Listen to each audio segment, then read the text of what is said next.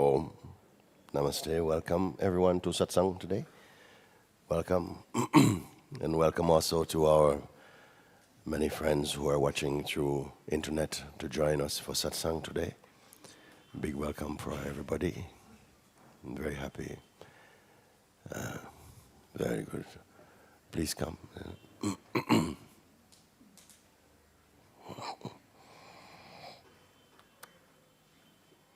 That's good. Namaste, Guruji. Namaste. Yeah. Thank you so much for this, this peace, this joy that is always with me. My question is that apart from all this, in the social life, why is it like this that, I always wanted to, in the social life, I always wanted to do good and, work and everything. But now, somehow, I feel that there's no motivation left, actually, to work and to become something, actually. and which in a way is very peaceful also, that there are no fights actually to Okay. become something. But somehow I am fearful also of this fact that there's no motivation. Okay. Okay. It is a very good point you brought up, because I'm sure many people are concerned about that. Some people, many, have had a taste of that at least, and some became so afraid, no, that they run away, run back to the old regime. I would prefer to stay there. At least maybe I can, find a job and be like other people and whatever like that. Myself also, I know that, so I'm very happy to meet your question like that, coming from my own experience. You see, the consciousness entered this experience of the worldly life. For a while, it had to, not as a fault, in fact. If it is a fault, it was a design, intentional fault, to experience somehow the world of diversity based upon the sense of an autonomous entity. Like this is me, my life, and I'm in this world, I must make the best I can, given the kind of cultural paradigms and so on that one must follow. Whatever it is that feels successful to you in your own culture, then you will follow that. And also, it seems we have our own desires also to create and to fulfill and to project and to try and satisfy our projections, all of this world like that. To taste that, the consciousness, wearing its human form, will have those desires and intentions and motivation and all of this. And yet it's going to use all these experiences to finally come back to its own original being. You see? Because how far can you go? How far can you go in the world anyway? You have a nice, beautiful house. You have all the money you can earn. In themselves, nothing wrong with that actually. But all the money you can have, you marry a very good person who is also a good cook and everything. You have everything you want like that. And still somehow, sometimes it is not enough. What is the highest we can go in our in our human expression? We must look at that. What is the highest you can go? Maybe it's not just only having material sense of security, but perhaps to be a creative person, like an artist or a poet or something, or a great doctor or a brain surgeon or whatever like that. We can go. But ultimately, however far we go, whatever our attainments in life, you may say, yes, when I pass, I leave this on to my family, or I've left my mark in the world. It's good that we think it through. What is the real height of our attainments, the possibility of fulfilling our potential as a human being? And that may be appealing enough, and this is fine. Because behind the whole of this theater of consciousness, it is consciousness playing through all of it. You see? So I am not going to determine what people should do or not do. It is fine for me.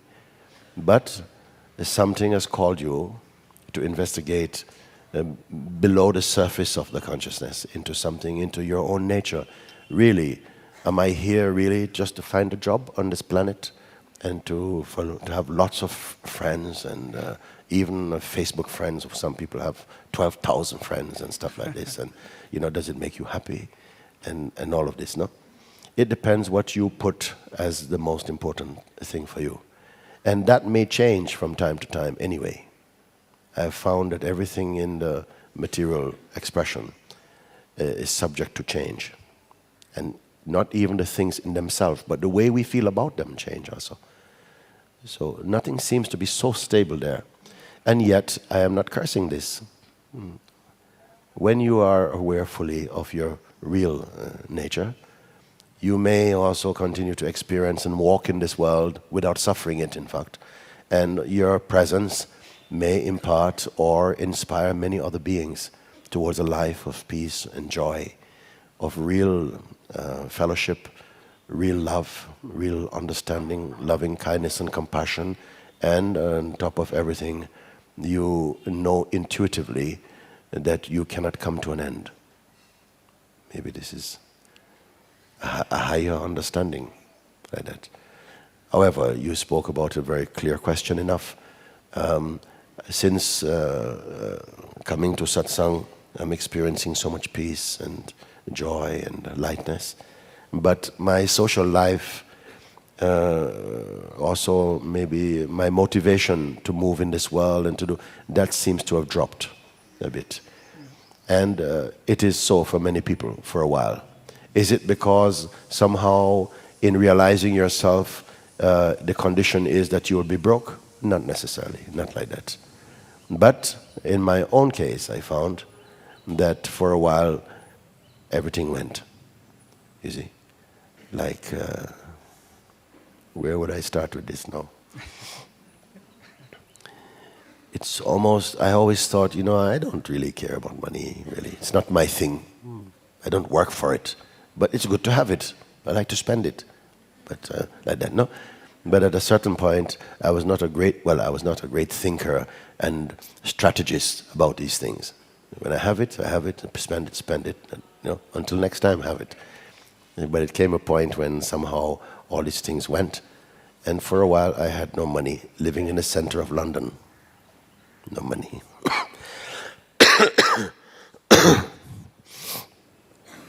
And when I say no money, I mean no money. Some people, when they say they have no money, they still have 5,000 in the bank. And I'm talking about pounds, okay? Not rupees, okay? And I'm broke, I don't know what's going to happen. And they still have 5,000. When I am broke, I am broke. I'm talking about shaking up my shoes to see if I lost some coins in it and stuff like that, okay? So it came this time, and something was being tested at this point, you see, that really, is this what it comes to, you see? But at the same time, I had a deep feeling that I was cleaning something out. It's easy to say, I trust, when you have money in your pocket and, just trust in life and so. But you have a backup. You got a fat pocket, so you can talk like that. I call it the cappuccino consciousness. You just have to let go, man. You gotta let go. Don't worry about these things, you see. But you still have fat pocket. But when you don't, you have to really, but is it true? You start to wonder, is it really true? Have I made this up? Is there really a God or a supreme being who is caring for, and you think, wait, maybe there isn't, because actually he should be here by now. All this is testing something internally. And I found some worry was coming up. No, maybe I'm supposed to do something more.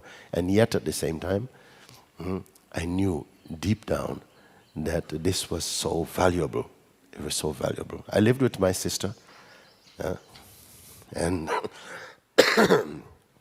there was a certain point where we have one cupboard in the kitchen, half shelves mine, half her shelf.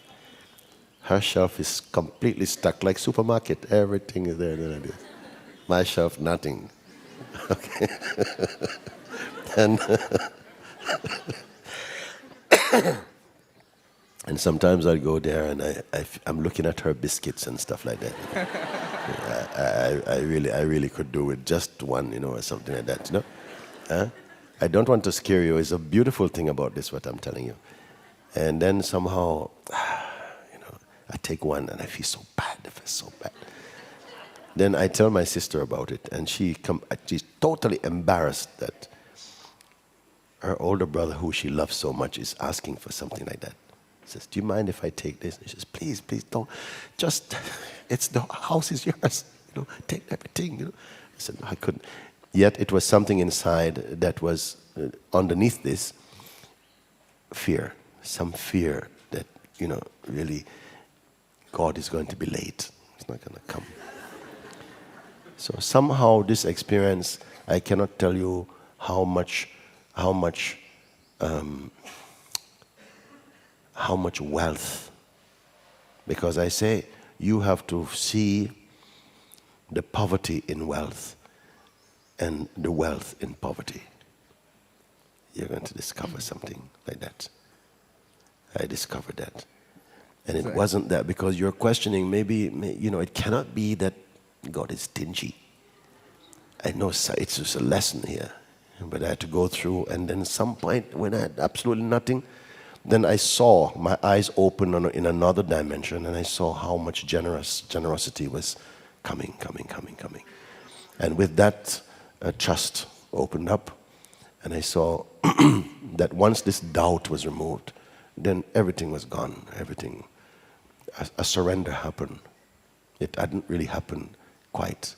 It was still running on fumes. You see, it hadn't really happened. So this is just one small, tiny point amongst many things. Your life, you have to somehow trust. For a while, there's a changing over of power from manual to automatic. You see? Now, not every life follows the same course. Maybe in something is to do with the fear of rejection. Could be someone else's thing. And so you're going to have to go through people going, haha, you don't fit in with us anymore. And no. Or all the family's invited to something and you are not.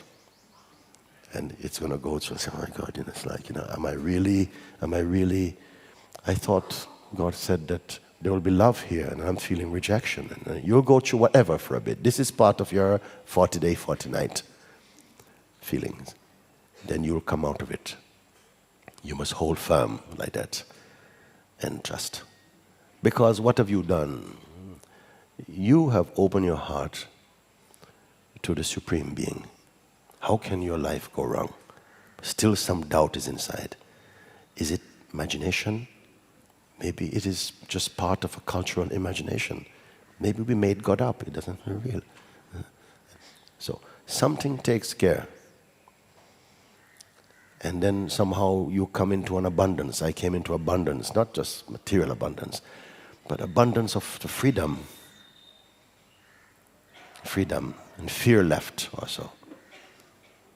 There used to also sometimes be a fear also. I noticed, I wasn't aware of this, but a fear of being captured by some group.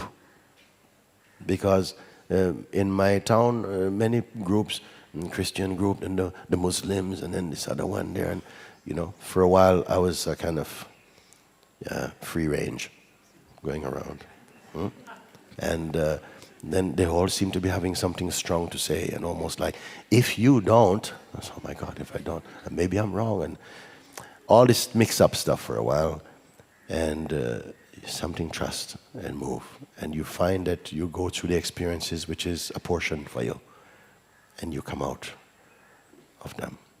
So bear with that. Don't look for quick results in some things. Just stay with this and trust.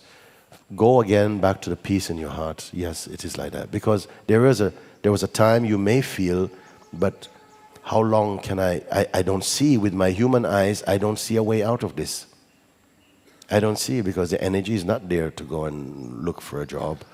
The energy is not there to, to do these things which my mind tells me I should do. It's not there. So maybe from now on, I'm just going to be like this. And you project, the mind project a bit, oh my God, you can see yourself as one of the babas on the road begging and stuff. So, oh no, I don't want to do this. And you see? So you're just burning all this stuff out. Yeah. Your life is coming into flower. It's coming into bloom, in fact. Don't worry for these things. And don't put the wrong things as your goal. Yes. You're finding your heart. That is priceless. You're finding yourself again. You're winning yourself back. And many things will seem to come between, like, haha, you see this? Say goodbye. Oh no. You have to go through your own mind attack. Thank you, Guruji. This was the only slightest doubt that I had. Otherwise, I think I've been pretty okay with this. Very, peaceful with this fact that this fear was also there Yes. of having no motivation. Yes. But still, You will see it because you cannot foresee as yet. yeah. You And can only see.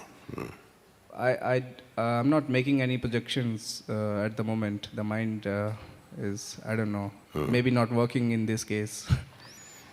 It is all okay.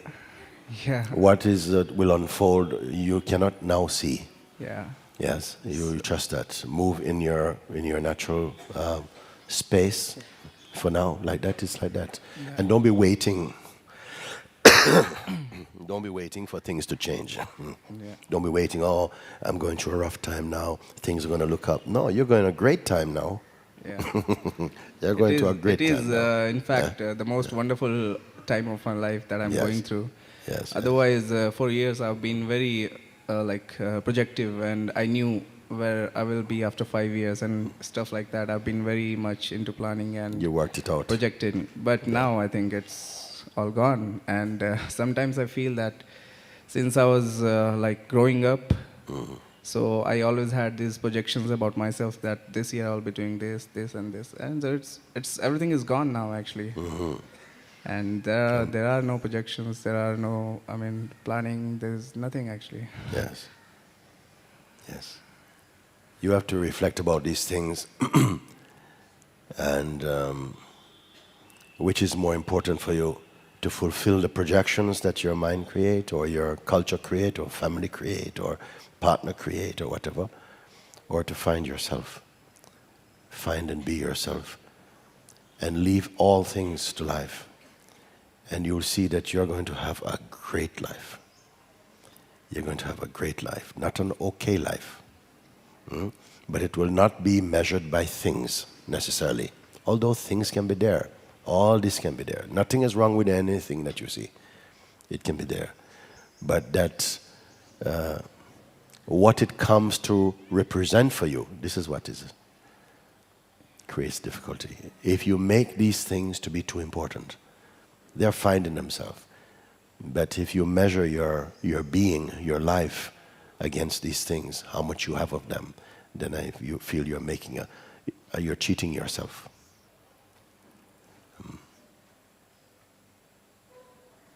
There's no standard of one who is liberated. It doesn't say you must give all your things away, you must walk almost naked on the road. It's not like that. Each one has its own expression. A liberated person may have 100 houses. They're not running after them. They're not running to seek them. They're not trying to get more or whatever. I don't see it like that.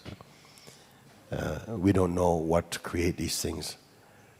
And one who is free may have absolutely nothing, but either of them are happy in their condition. They're not enslaved by the things of this world. And sometimes my friends and my family do notice this change that I'm going through. Yes. And they would be worried for me actually. But then I think that they've always been worried for me, I mean, for certain reasons all the time. So, it's okay. Yes. Yeah. Even if you're a king, they would worry for you. Yeah. Isn't it? That's their kind That's of a job. mother's heart. Yeah. I don't know if it is their job, but That's the heart actually. Yeah. Sorry. mother's work is never done, they say. Yeah. Be happy, be happy, be at peace. Thank you, Guruji. Very good.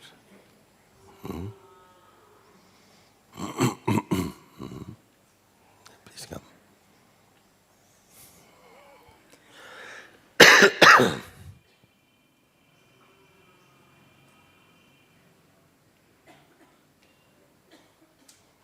Before I speak with you, because I'm remembering even like we speak about the Lord Jesus Christ and so on, no?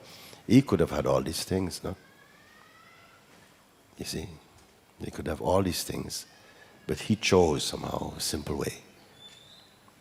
He was happy for a simple way. You can have all these things and still live a simple way.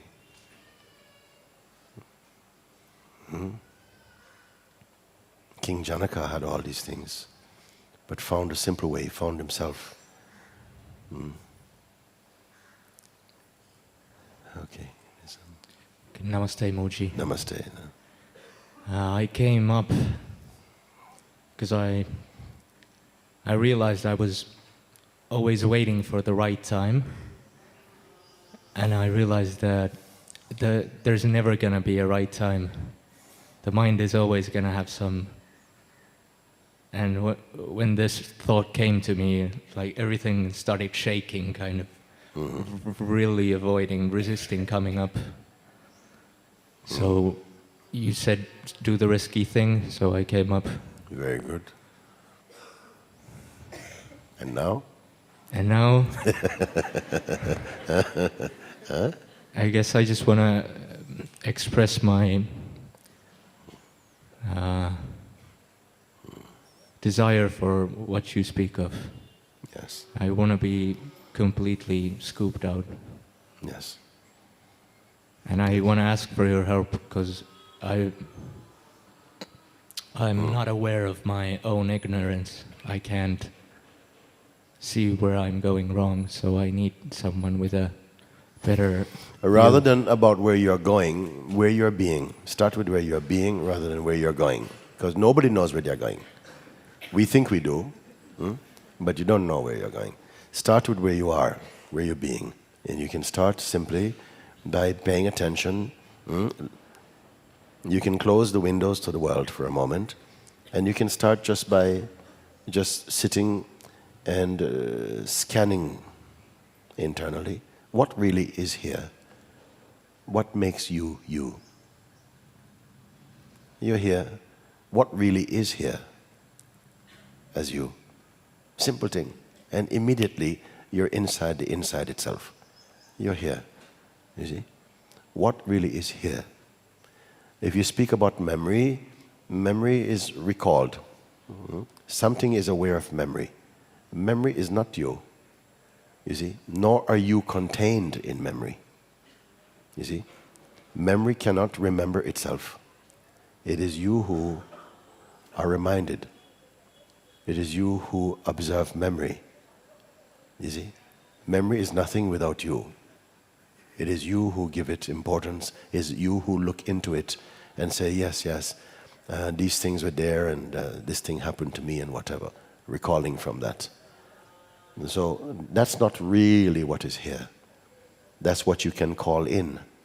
But what really is here, as you're here now? Are you the past? Also the past are just thoughts about past also. And whatever you have believed deeply in your heart, somehow you carry with you in your presence somehow. So that you might be aware of. The sense of being, the sense of existence. That's the most fundamental and simple and ever-present knowledge you have. That you are, I am, I'm here. As what are you here? You know naturally, I am here. You know this conviction, but I'm here. You cannot say, I am not here. You have the feeling, I am here. Then I ask, as what are you here? You are here as what? Is it the body that is saying, I am here? So this body, also you're aware of this body, is not the body saying, look, I am here. The body is here. Something is aware of the body being here. Apart from the body, what else is here? You know, the intelligence or that awareness which is aware of body, aware of the senses. Somehow you know that something, there's the functioning of perception. This you know is here also. Because of this power to perceive, you're aware of thoughts, feelings, the senses, all that is watched in you. What effort does it take to be aware? No effort. This is the marvelousness of consciousness. If we're listening to an orchestra playing, you're listening to the total combination of all the sounds, and you enjoy or not enjoy. If I say to you, listen to the violins, something can just zoom in and almost isolate other sounds and pay more attention to the sound of the violins. What effort does it take? Very little effort. This is the marvelousness of consciousness. What are you doing? Who are you that is even aware of these things? Even you speak of your person. I am from this place and I like this and I don't like that. There's an awareness of what you like and don't like. There's an awareness of your self-image also. So all of that are just images and thoughts that you are aware of. You who are aware of them is what? Don't think too much. You know that yourself and the awareness itself, they must be in the same place. They cannot be two different places. Actually, yourself and awareness are one. When you say I, this I arises out of awareness, and even the sense I is itself observed in the awareness itself. Just be conscious of this, be one with this awareness. You can try that. That is simple thing. That anybody from any religion, from any sect, from any kind of conditioning can do. Also children can do it, elderly people can do it, all type of people. Everyone can do it. And just by focusing your attention or bringing your attention to rest only here in the sense of being, and keep staying as the sense of being, that is an excellent start. You may find that there are some thoughts coming in somehow, intruding upon that natural sense of being, or appearing to intrude upon it, because it cannot actually intrude. Some thoughts come, and by habit, attention goes to these thoughts, and a little mixture comes, and we start to think about some things, or projecting some things, or some images come. But then I ask you, stay only as the awareness. Don't go into the story that is arising in awareness. This is very, very simple thing. And in a short time, you'll get to so love being in this state. It's very peaceful, unmixed, silence, and a natural sense of wholeness. This is what you would do. Only this you do.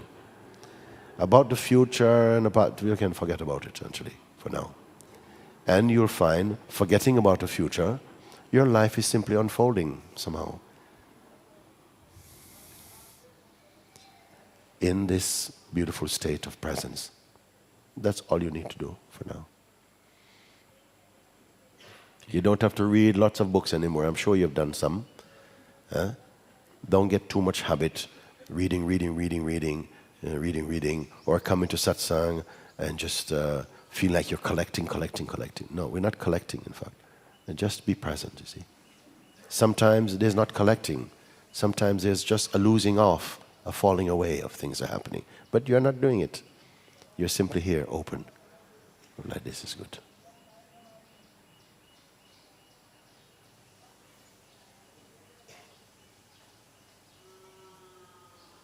How are you as you stand here right now?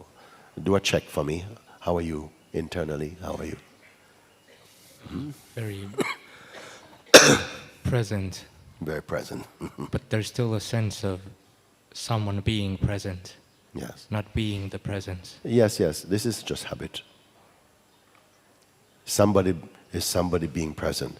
Try and find the somebody who is being present. You can do it now. Does presence need a somebody to be present? Not even present. Does presence require a somebody who is the presence?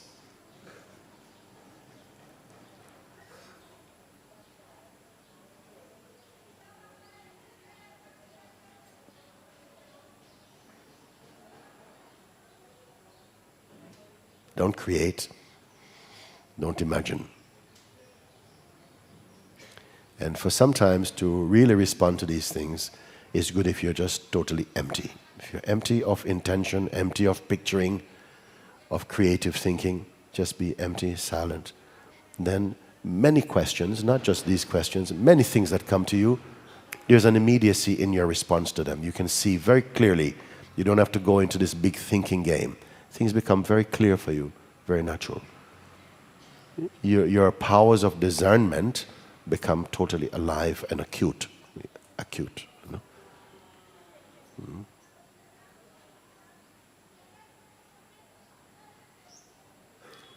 I can't find anything, but Yeah. there is a sense of that still. Yeah, leave It's it. like a It's- phantom. Yes, leave it. Don't give any more attention to that. Don't try and work on that. You see, you are not that because you are aware of that. So stay now just in the awareness itself, not the stories, the images that's arising for now. Give little attention to them, or none if you can manage it. For now, stay just as the sense of presence. The mind may say, but what's the point of this? You know, nothing's changing. You're not awake. You didn't speak. So also be aware of that, and don't play ping pong with your mind. Don't play ping pong with your mind. Just stay as the presence. And gradually the mind itself, that will calm down.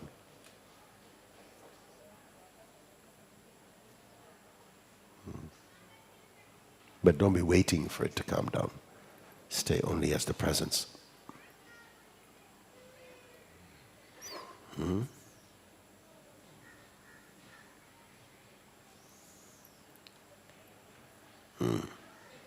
Thank you. Yes.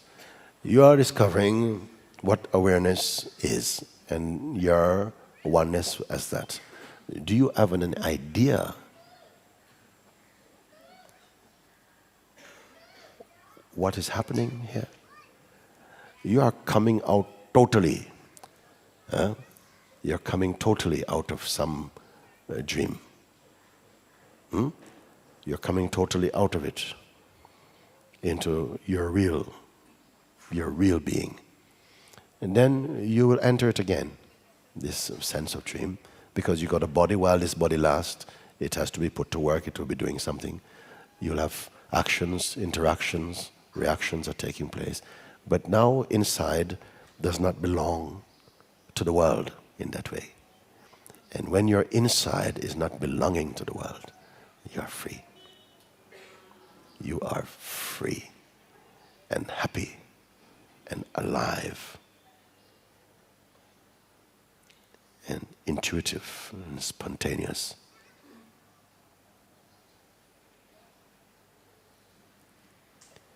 This is what is being pointed here. Not ambition inside the dream. When you come back to that, you can see all what these means. You'll see all of what all this world play is. You'll see and understand in a different way. Not by being stoned, being drugged in it. Not living in some kind of soft coma about who you are, but moving somehow intelligently and alive and understanding that when people speak, you will see that mostly we are speaking just from imagination, from conditioning. We are heavily doped in concepts. You will see this. Sometimes you don't want to see this. Sometimes you don't want to see. A part inside doesn't want to see this because you still want to believe in that world. And if you do, you will continue. You will continue. Sometimes we don't want to see what is true because we are too attached to the untrue.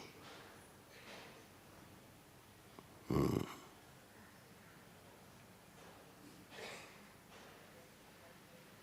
was I talking to just now?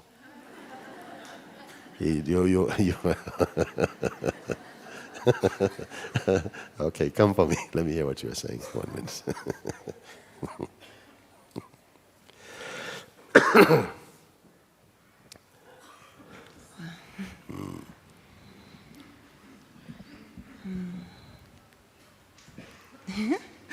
Thank you. Thank you.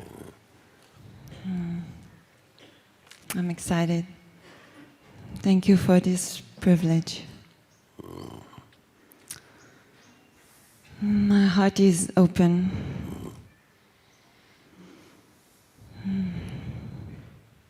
It's fast now, and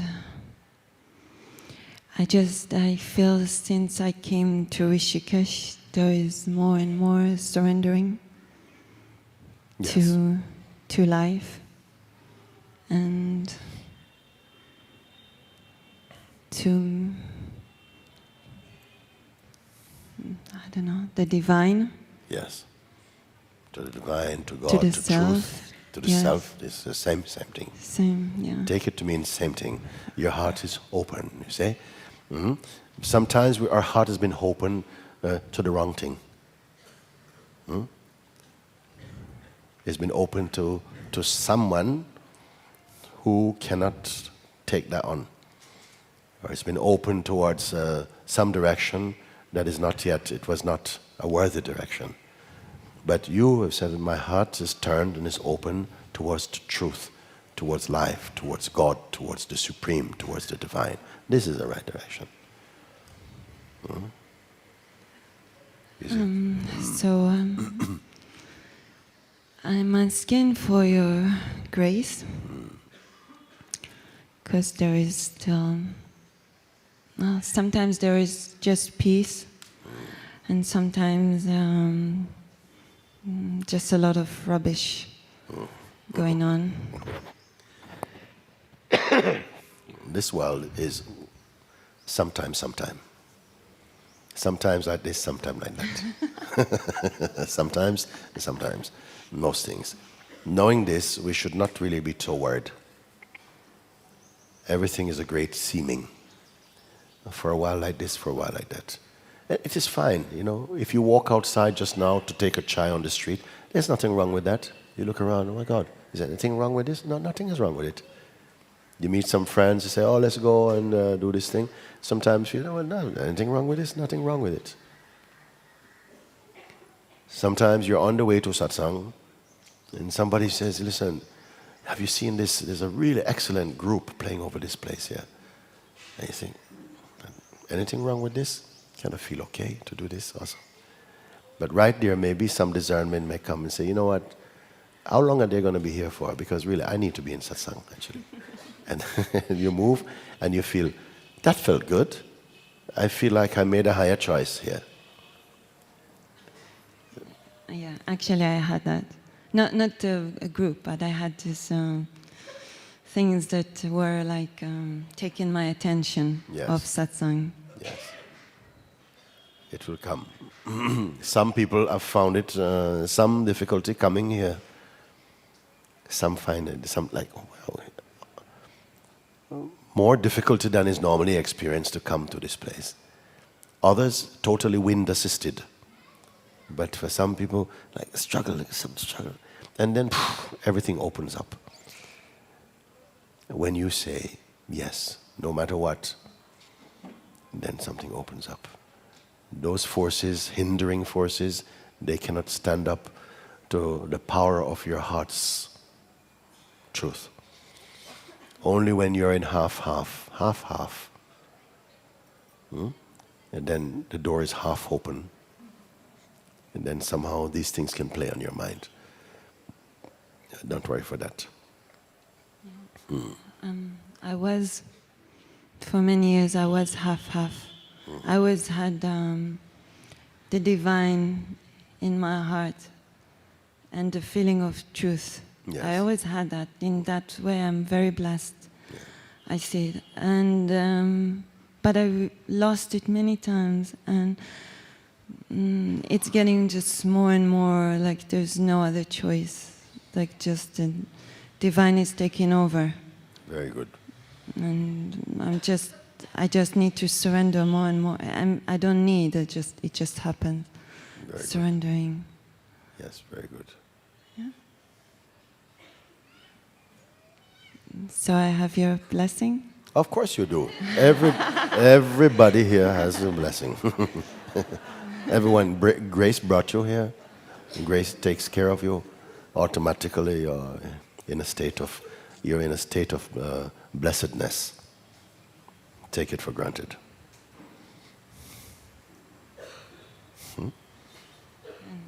That is all I need, just to be in this grace and trust. Keep feeling yes inside your heart for what is your highest aspiration.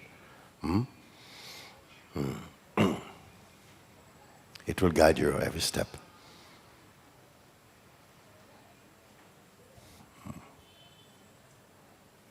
Okay. Thank you. Very good.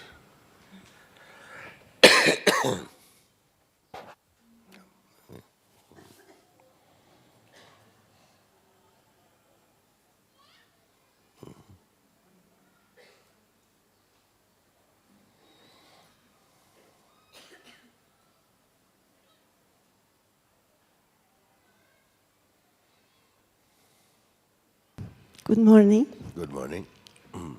Namaste. I'm actually feeling a very strong sense of responsibility.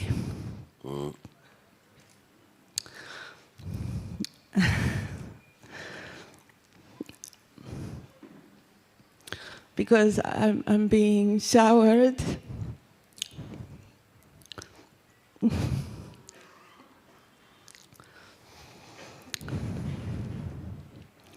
with love and light, so much love and light that I also feel a little frightened of it when I meet it. And so this sense of the freedom brings in a sense of responsibility with what I do with it. I don't believe you're saying this. I don't believe you're saying this. For so many years, some people have put up with suffering states, heavy states. No? And now you're showered in grace, showered in blessing, showered with joy, showered with peace. And you're holding back, I don't know, something feels responsibility come with it. What's wrong with you? I don't know. Huh? You have to somehow, there'll always be something going, yeah, but there's always this. A lot of human being is living on the buts, yeah, but, you know, and it makes you very weak, you know, very weak, half, miss half, G, walking around. You have a wonderful opportunity. I like to say, and at about this sort of time, I'm really feeling now, are you guys serious about all of this? Because for what I've seen in this world, you're very fortunate for what I've seen. Maybe you only see the surface, but I also see underneath the surfaces of things and beyond the surface of them. You're very fortunate. Maybe you are too fortunate. Not too fortunate, but too much comfortable. You should throw your arms open and say yes completely. And stop searching for little contracts and little guarantees and so on. It's all coming from your mind. Your mind is in, yeah, but maybe. You see, this is why I come with you and I say, today is last day. Because when you think, oh yes, after tomorrow and then on Saturday I'm going to do this and stuff, your life becomes so weak, you know, see? Your life becomes very weak because you're living in a future idea. But you must bring your life to now and be here and say, if I have no future, and also literally, you know, many people, they really come alive when they feel that their real life is threatened. That you may not survive beyond another few days. Then something stirs up inside you and comes really alive. You take the wrong things for granted.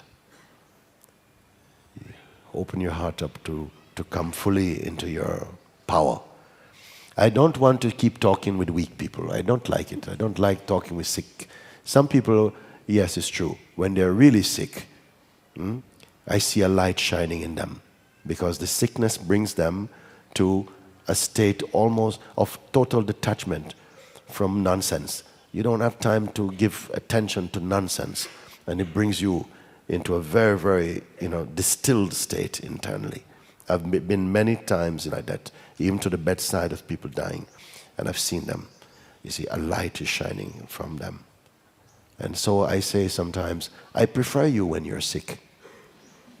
I say sometimes to people, I prefer you when you're sick. I want to be in your presence. There's a holiness about you. And when you're well, you just become stupid again. You see? So I don't enjoy the company of stupid people and also weak-minded and talking all this kind of stuff. Nobody wants to listen to you. If you're going to talk like this, I don't know, I think I'd like to do this, and maybe next week. Who wants to hear this stuff? I mean, who wants to hear this? You need to throw all this out. I don't want to hear it myself. I rather watch TV. At least I can turn it off, I don't want to listen to people whinging. And when you have so much grace, you have a season now, and you have space in your life, you may find that, okay, you're on your own for the moment. There's no partner in your life. Life has given you this time to really to focus maybe on yourself more. But you're always looking for what you don't have, and always feel that, this is so poor. You say you are in peace. Come completely in peace. Don't have a piece of peace. Go completely in peace. And throw off this very weak habit about my responsibility. So our responsibility doesn't take a place in take this? You mean that responsibility doesn't take any place in this? Let it show itself. Don't think it. Let it reveal. Because if it puts a responsibility there, it will put the power to fulfill it. But if you think it, then you hold yourself back. You're always thinking, maybe I won't be able to manage, and But when the responsibility is not called responsibility, when it is arising from illumination and from inspiration, it's not called responsibility. It's called inspiration, you see. You feel empowered, you see, to be a vessel for the Supreme. You feel alive, you see, like that. Not that, I have all this responsibility. No. You see. Am I taking you too seriously? You're taking what too seriously? Obviously, I'm taking my mind too seriously. Well, of course, everybody takes mine too seriously.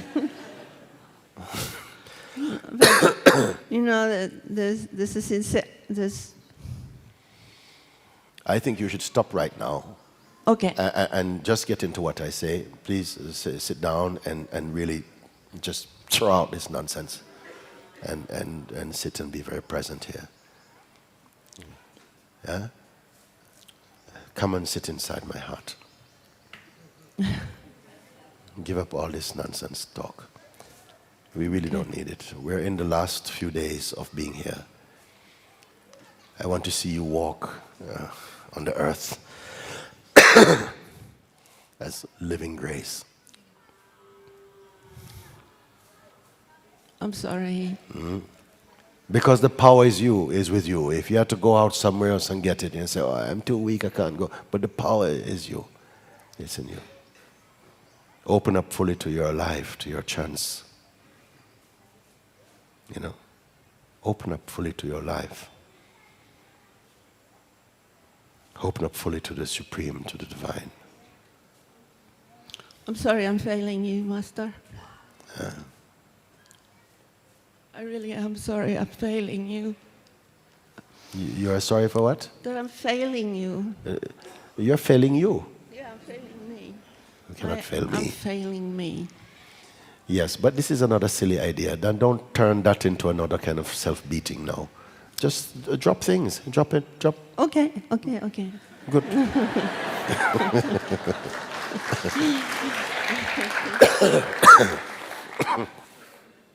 Thank you. Just come in.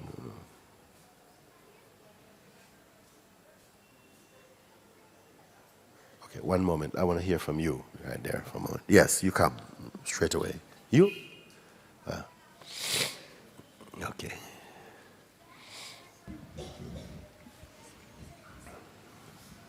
Hello, Srimuji. Hello. What an honor to address you. My Go ahead.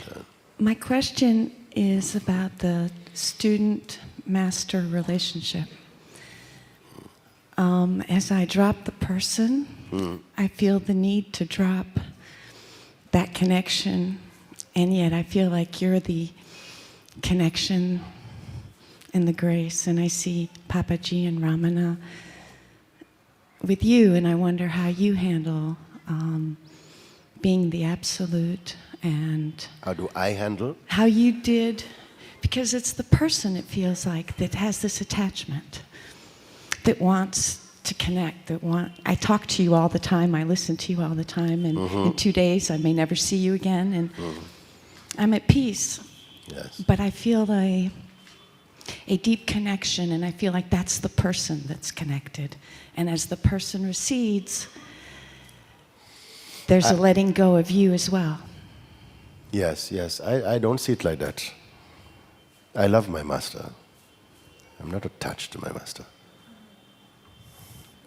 I don't need to be. It is one. You're not attached in that way. And even if it were,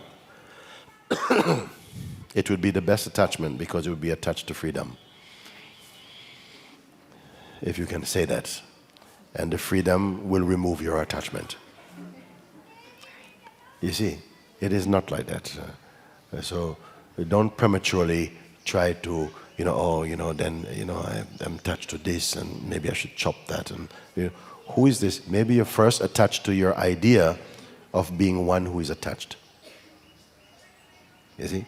Just be free of that and don't worry about anything else. And if there is something to fall away, let it fall away. Not the you who give it. And you must find out, who am I who is doing this? Is it awareness who has to do this? Is it the body that has to do this? Who has to do that? You see? Because if you identify with the one who has to do or not to do, this one is always the businessman in your life. It's always, I have to do this and I have to do that, and I. So be aware of that idea, that self-image, who has to be working at this, I must try more, and maybe meditate a bit more deeply, I must inquire a bit more. Just find out what that is and what observes this. And you may find that to be in the observing place, the sense of the doing place just somehow fades away. And all that comes with it, all the nonsense, the confusion also will go. You see? I guess Because I am not thinking, I'm sitting here, I'm thinking of Papaji, thinking of Ramana Maharshi, I'm not thinking, they're all here. Right. They are in the one, as the one. You see? Like that. And yet, being around in a sangha is an important part of waking up? Or can we do it by ourselves these days? Yourself meaning what? This is all yourself. The sangha is also yourself. Can I do it by myself? Myself being what? Either it is the absolute, the self or the awareness, or it is the body saying, should I do it? Why should I not do it by myself?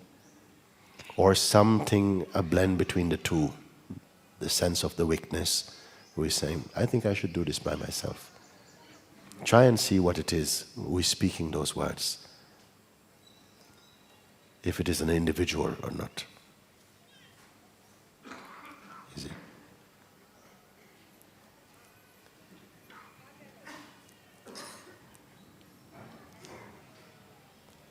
We have not done anything by ourselves. All is the one self. We have not done anything by ourselves. Everything you do is connected with what you have absorbed, what we've learned, and so on. But uniquely, yes, it must happen inside this body. A unique understanding must unfold here. Take the help that you are offered until you're naturally beyond the need for help. But don't determine when that moment is. Just let it fall away by itself. Because if you determine, then you become that one who determined it. Subtle things which you will understand intuitively, the more you just somehow accept the grace that is working with you. Yeah. Because nobody can experience for you. It will still be something that happens internally. Don't decide when is the point, then I should walk away, because the mind likes this, in fact. I think I should walk away now, because who is promoting such thoughts in your mind?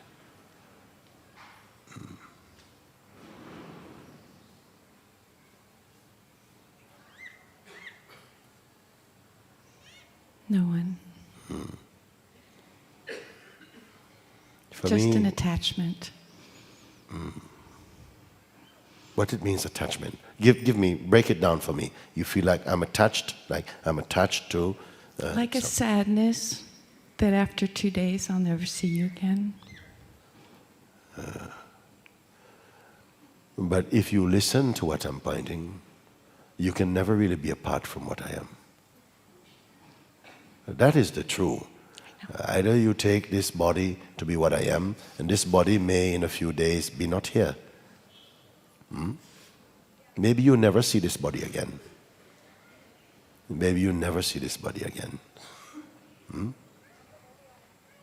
There are some beings, who are so...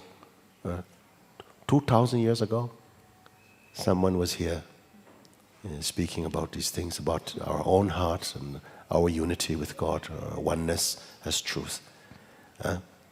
Someone who sacrificed themselves, God gave up themselves. No? And yet, 2,000 years later, when their form left this earth, they are still having new disciples coming. Who are these disciples having the relationship with when the body is not there? Isn't it something internal? Your real relationship is inside. And to know by listening to what is being pointed and finding that I amness inside yourself, and see that there's a unity, there's a harmony here, and right there feeling the presence of the beloved there. Isn't that the one that will not leave you? Yes. Thank you for that. Yes. And that is the one. Sometimes we put too much importance on the body only. It is good to be in the physical presence of a master or someone. No? But if not, then you must know the master inside your own being, with your being. Because that's where they truly are. That's where they truly are. You see. Because this body will one day fall away. But I will never fall away.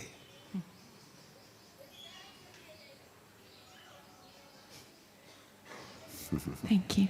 Okay. Very good.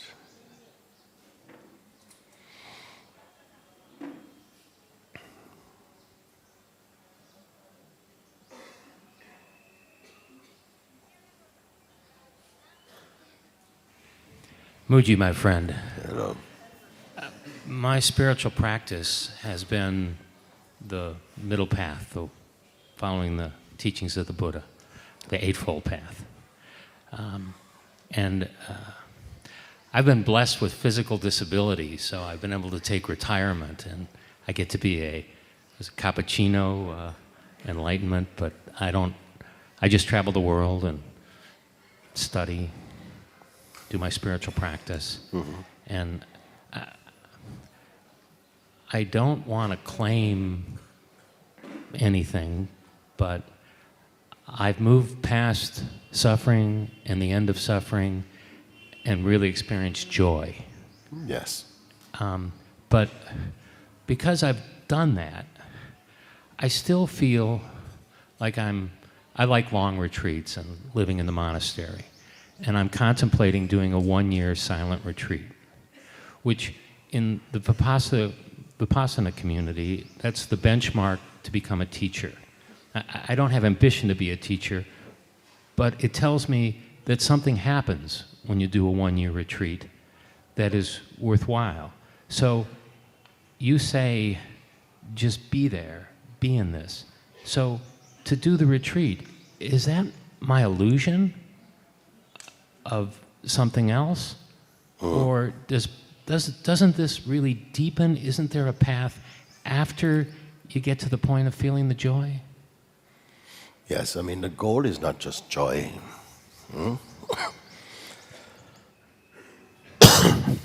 Excuse me. The goal is not merely joy. The joy is there. It is there. Peace is there, and peace is there. You may ask also, who is practicing Vipassana also? Find out what is practicing Vipassana and for what reason. Just looking, not cynical, not a cynical question. Not coming from somebody who feels, oh, Vipassana is this or that. No, just asking, whatever the practice, whatever the discipline is, first going in, finding who is the practitioner of this, what is practicing this, and what for. And if results are experienced also, no? What assesses these benefits also? My experience was really thinking on no separate self and dependent co-arising. And, sorry? Dependent co-arising, I'm sorry, it's that nothing's independent, everything's connected. Yes. So my experience was... What sees everythingness also? Well, that's what I was getting to, is Yes. my experience was that there was nothing that sees that. I am everything, that I am not separate from the trees, the air, the other beings. And so I felt What is more true for you as an experience? That I am everything or that I am nothing?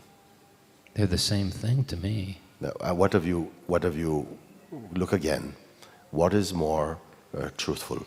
That I am everything or that I am nothing? I am nothing. Yes. I am nothing beyond even the concept of nothingness or the thought, I am nothing. You see? Yeah, that. And this is total effortlessness. Because to see something requires somehow already shapes are coming and I am everything is a sort of, there's a noise in that, in fact. Even though the sense of everythingness can come, it arises in that empty field. And somehow in the no-thingness, you see, there's a total stillness. There's no future about it. There's no practice about it. There's no failure or success in it. None of these concepts are alive in it in this way. And yet, it is totally alive, isn't it?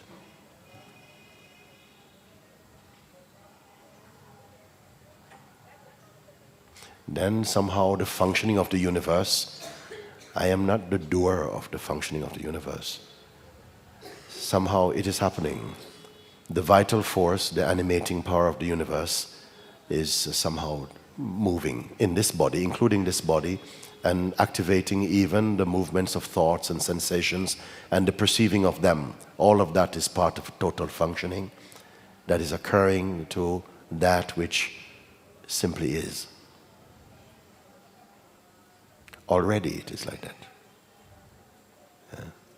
Now you may say, but it's not like that all the time.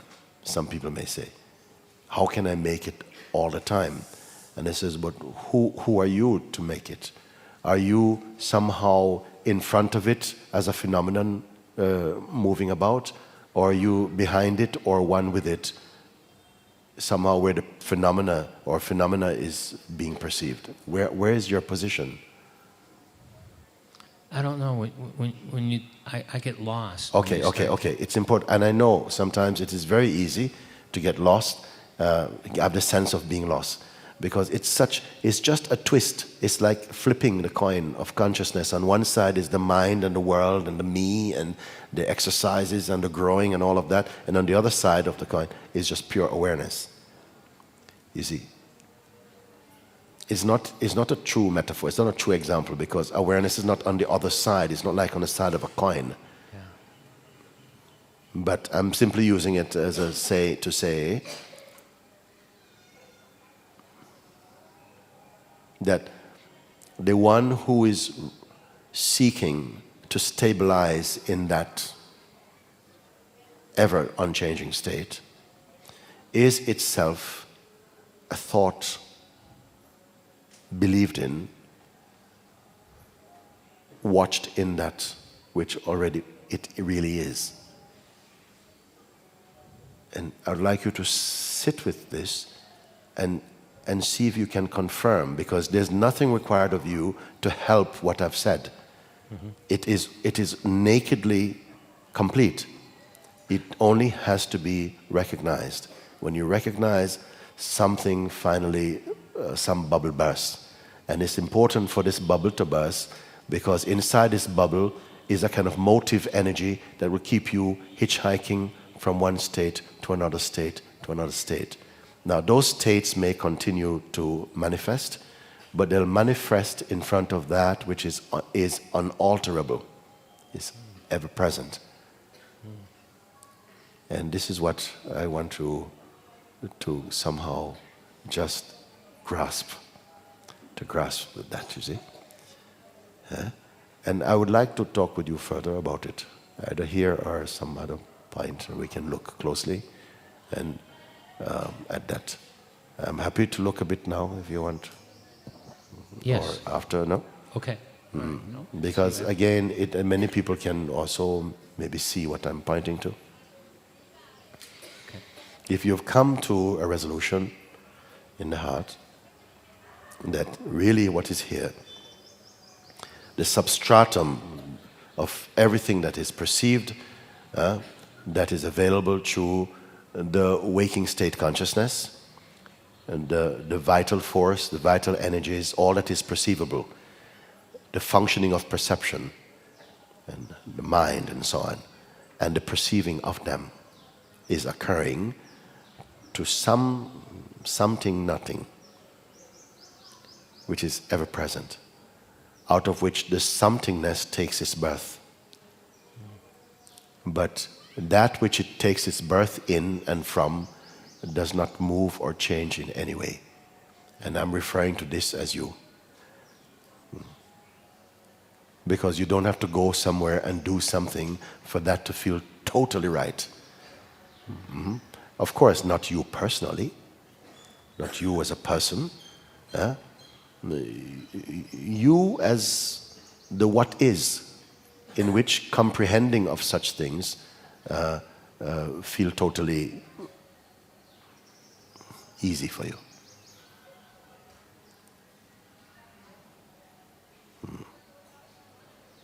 So the intention to take a practice at the stage where I feel you're at, I just wanted to look at that, you see, that it doesn't become somehow just feeding what is already full, or that we are merely continuing a habit because maybe there's a fear to be so totally as you are that the feeling of the need to do something is not there anymore, and something might be thinking that, wait a minute, what happens when I run out of things to do? I'm just going to be bored or something, because it can be something simple like that. And I would say that that comes from the mind, because that cannot be bored, nor can it be entertained. Somehow it's, but these are not things that are easy to explain in words and convey completely in words. So it has to be that there's sufficient maturity in the listening that can understand that in an intuitive way, as to somehow burst any little bubbles of psychic indigestion, to burst them somehow, and you're free from that thing. I find nothing wrong at all with spending a year in a state of that. But the intention, I want to do something which is to not speak or to be in silence for a year. It's like something I know you can do. Almost like it's not a challenge enough. It's like you are able to do this. So it's just another thing you can do. Whereas the thing which you cannot do is what I'm wanting you to do. You understand? Yes. Yes. Thank you. Yes? Yes. Yes, it gives me a lot to. It's to recognize what will not be a doing of such, but a recognition that takes place where something goes, come out. Yes. A subtle thing, but something that it keep on doing this, and it will keep on producing more activities which are not necessarily needed. Yes. Mm-hmm. Yes. And so that the fullness is aware of itself. I don't know where we go with this, because I'm using words now for something which is wordless now. Okay? Yes. Yes, I've experienced that. They ask you to describe what happened, your teacher, and it's like, I can only use words that relate to my prior experience that people share. Meaning that basically you're not anymore the doer, the activator of something, you see? Yet you are fully here. You're fully here in a way that your mind sometimes cannot explain. You're fully the what is. And all life is occurring to you through the instrument of the body and the senses and so on. And all of this it's a movement. But inside this is what all this comes from. And it is the supreme joy, the supreme silence and space is here. Okay. Thank you. Thank you. Thank you. Mm-hmm. One moment. Could you come for me? You come, yes. Come. And,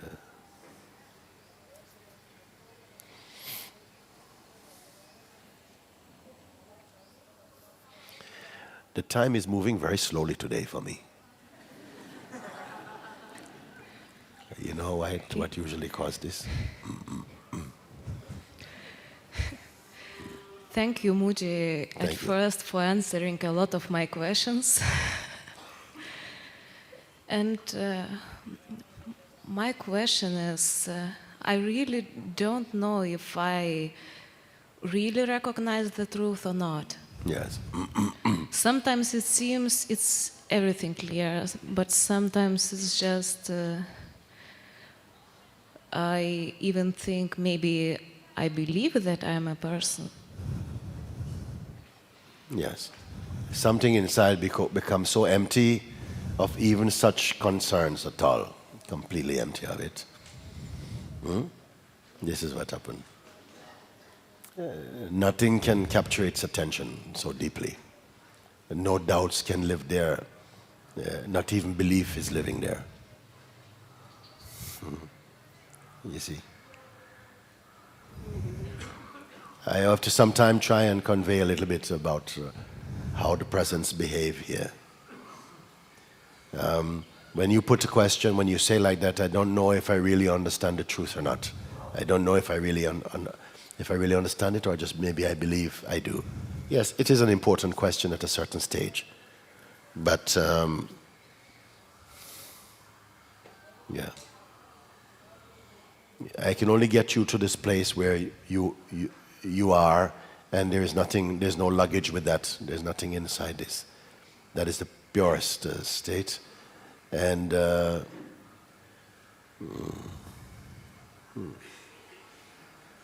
I don't know how to speak about that right now. And I don't know what a question I could have that could help me. Maybe you don't need a question right now. Maybe you just stay. Just stay, and don't give in to just something that comes in your mind. Don't just bring it. Let it just pass. Let everything pass, like clouds come. Let them. Don't hold them and say, "Oh, maybe this one I should know." Let them pass. Let them pass, because all of them are passing. Everything is passing. Everything is passing. Everything is passing. But then the mind... That's also passing. The mind means past also, it's passing. Then your attention is holding on to something. Yes, but what if? And then it's trying to solidify something there, but it's all passing. And it just passes, nothing at all.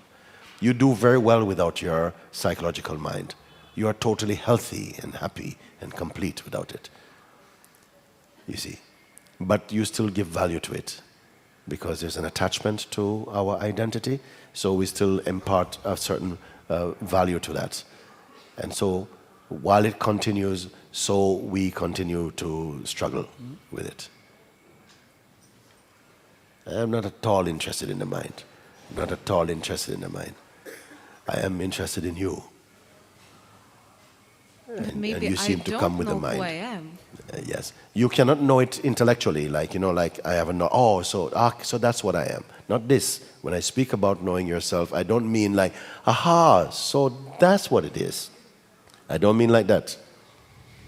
This knowing and being, they are same. They are one. So forget about kind of knowing it like one thing knowing another thing. It's not one thing knowing another thing. This is why I sometimes use the term, it's a non-phenomenal recognition, meaning that it's not an object, aha, it's, so this is it. It's never going to be like that.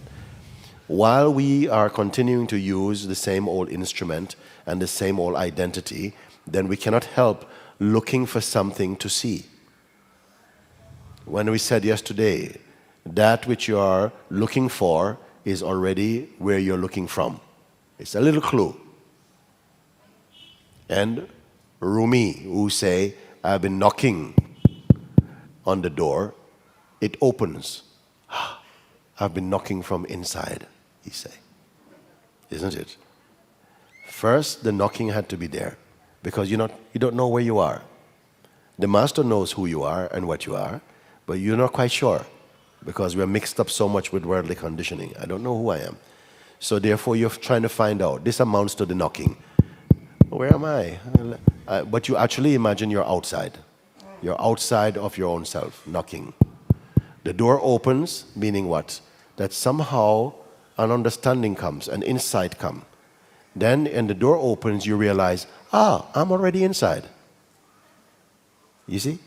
But for a while, I'm still speaking to the one who imagines they're outside, trying to hear that they're really inside. This is the thing. And this game is an old game. It's an old game we've been playing for a very long time. And some people are waking out of it like, wow, it is so silly. It is so simple, actually.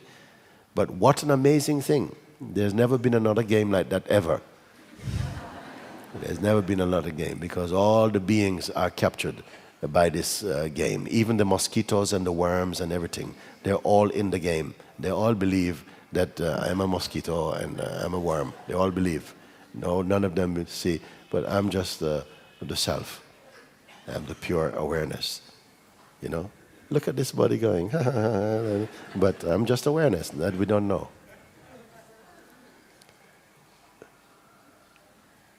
Awareness appearing in the form of a human being or like this.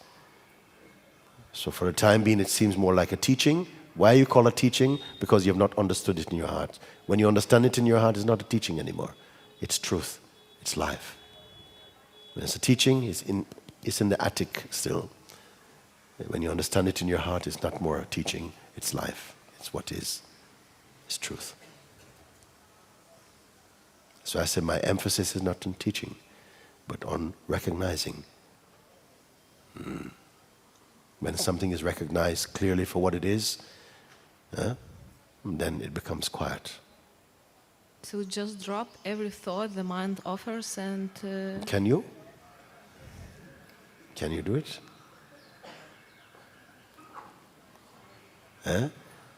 You have to first drop the I thought.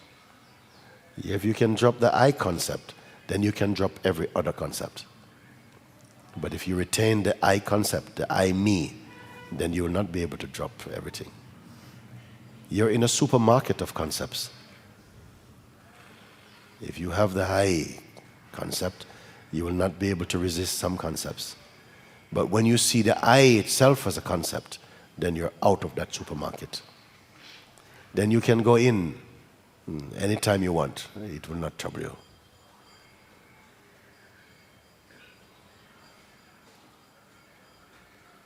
Who are you, you see? Presently, we have an idea, this is how I am, this is what I've done, and I studied this and I studied this and all of that, no? Because there's still value in that. The consciousness that you are somehow has adopted this self-portrait of yourself as the mask or as what it is, and it's living in that somehow. It's like I have a mask on and I'm believing I'm the mask and I'm selling the mask, you know? But I'm really behind the mask. But I forget I'm behind the mask. It's a little bit like that. I'm trying to find a way in to show you.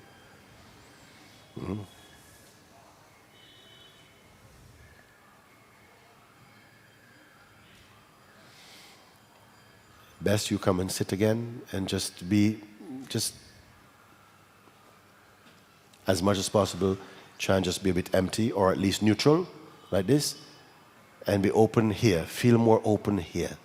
I'm open to this, more than try to think it. Thank you. Thank you. And thanks, Ramana. Gotcha. Good, good.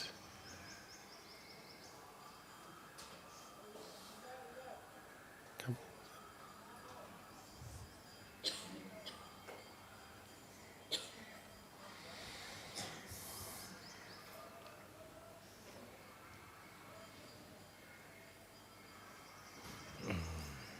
Hello.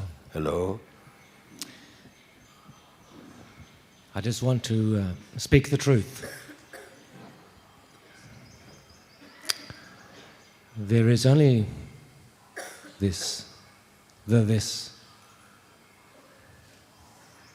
and there is this seeming appearance of a person who has all of these issues. Yes. But when that is seen from this, then it doesn't have any reality. That's right. And then sometimes there's sometimes this, sometimes that. Mm-hmm. And that's all that's ever happening. Yes.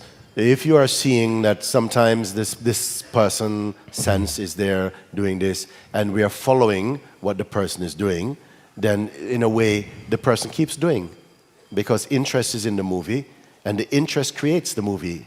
It creates sequels. It keeps on like that. But as soon as the attention is here, that says that from here, the movie and that one, the interest is not there anymore, but is simply bathing, marinating in that source awareness itself. Then somehow that drops, because this is feeding from this. It has no life of its own. And the life that it seemed to have was the thought that I must get this. Yes. And that was a big story. Yes. The I who must get it, if that is seen as well too, if it can be identified, you know, if it can be, is it tangible? Is it an entity that wants to get it? Or is it just a thought? A thought is saying, I've got to get this. Or is the thought clothed in flesh and is appearing as an entity who is saying, I need to get this? You can look with your power, you can see. You see? But don't make anything up, just look. What says, you know, I need to get this? Is it more than just a thought feeling? And whose thought is it like that? If you just hold inside this question, it's going to break open. It's an apparition. It's an apparition. Like a ghost. Yes. Yes. So a ghost has had me captured all this The time. ghost has had you captured, and you are what? There is no words.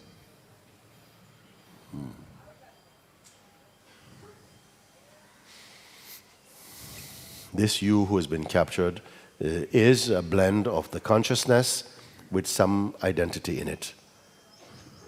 It's still there. Behind this is a field of pure awareness which is impersonal.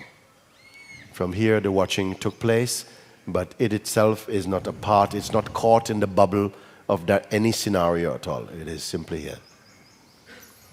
What your experience is here The eyes are open, the senses are functioning, the vital force is here. You're not saying these things, I'm just saying that that's what is here.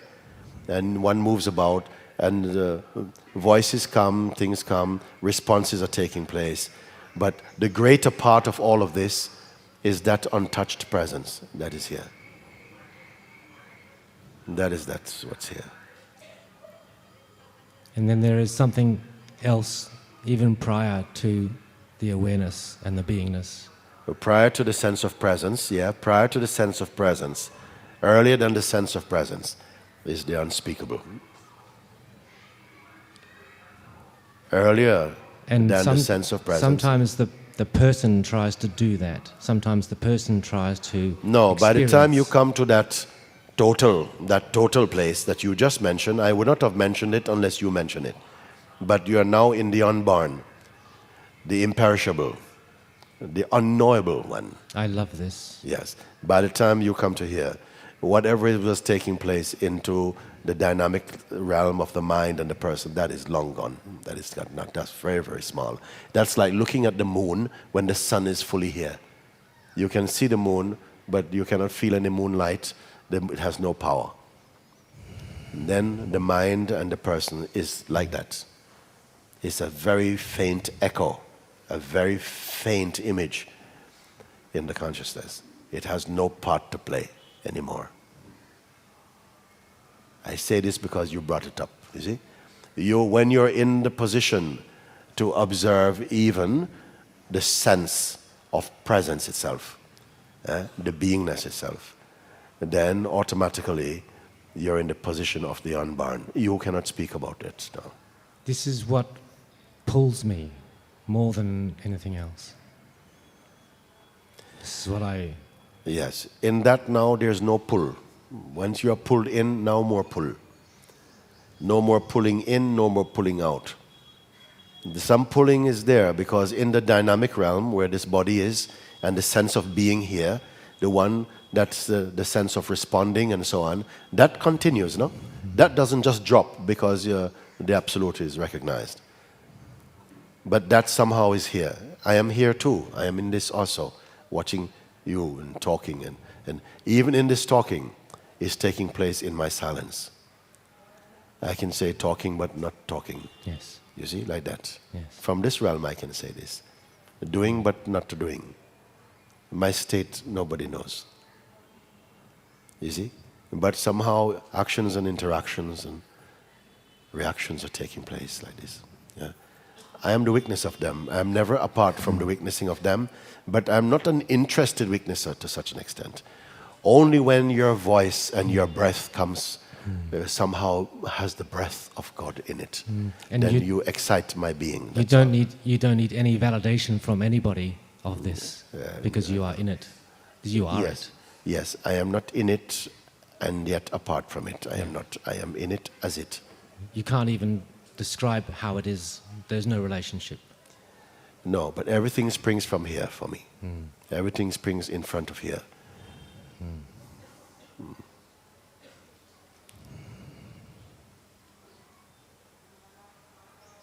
I am not living my life. I am life. And witnessing of life also is occurring to me at the same point. I am in the life as the life, and I'm also beyond it as the perceiving of this life also.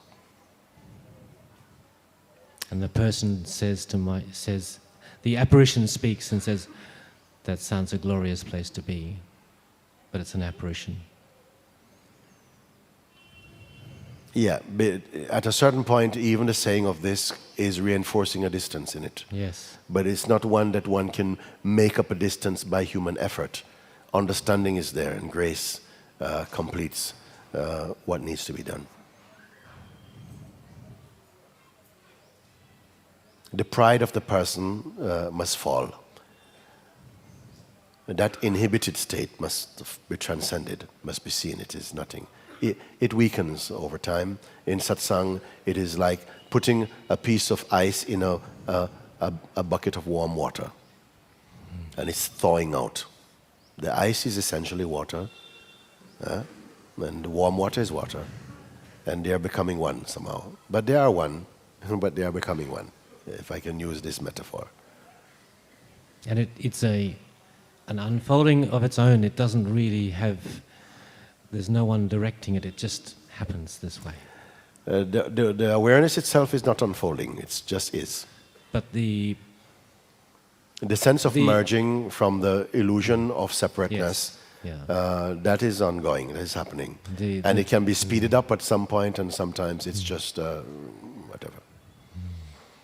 The evaporation of the apparition is taking place in the...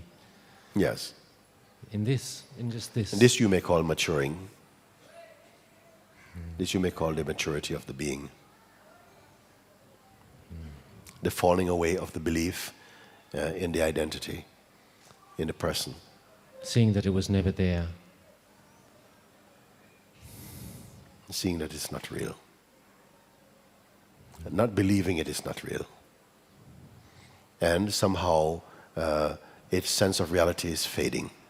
The impression is fading. Losing interest. There's no interest. There's no interest in the person. There's no interest in that. It only keeps coming up because you keep reminding me about it. And so I see that somehow while we still have the impression that it is real, we have to work with that a little bit. It is the only nuisance in the world. It's what prevents us from being truly happy and free and knowing all that I'm saying intuitively. It's only the faithfulness, the loyalty to our identity as a person. That is the cause of all this mischief in the world. All the selfishness, all of this. The loyalty is a story also. Yes, you can say like that. It's almost a never-ending story. Relieved only through sleep. Thank God for sleep. Yes.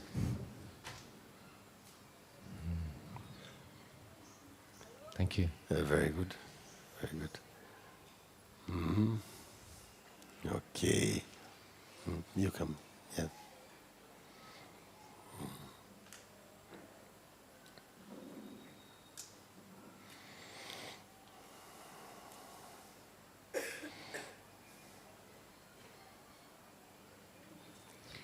Namaste, Muji. Namaste, darling. I want to ask about one of the strongest vasana, sexual. And I noticed this is the part of my nature. And for this moment of living, I don't want to reject it. Yes. But making self-inquiry and even having experience and observing, I noticed that after having experience, it attached with the personality. And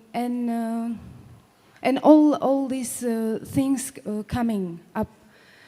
And now, in these days, being in satsang and having so nice feelings, these waves is coming, and